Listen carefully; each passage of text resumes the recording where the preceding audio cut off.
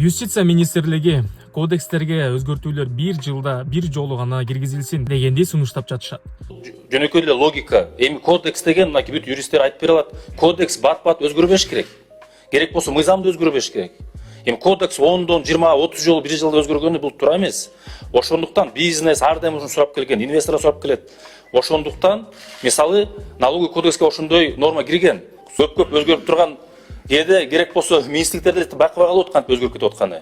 Кээ бир депутаттар бул сунушка каршы чыгышыптыр. Мен өзүм тарабыман юрист катары, адвокат катары ушул сунуштарды колдойм. Анткенде чындыгында алып келгенде, мына министр өзү айтып жатат, ушул мамлекеттик органдар кээ бир учурларда ага даяр эмес болуп жатат өзгөртүүлөргө. Анткени бат-баттан өзгөртүүлөр киргизгенде, ал бизнеске деле негизи жакпайт. Бир күнү карасаң А деп турат, экинчи күнү карасаң Б, В, Г деп туруп кайра Бга секирип кетет.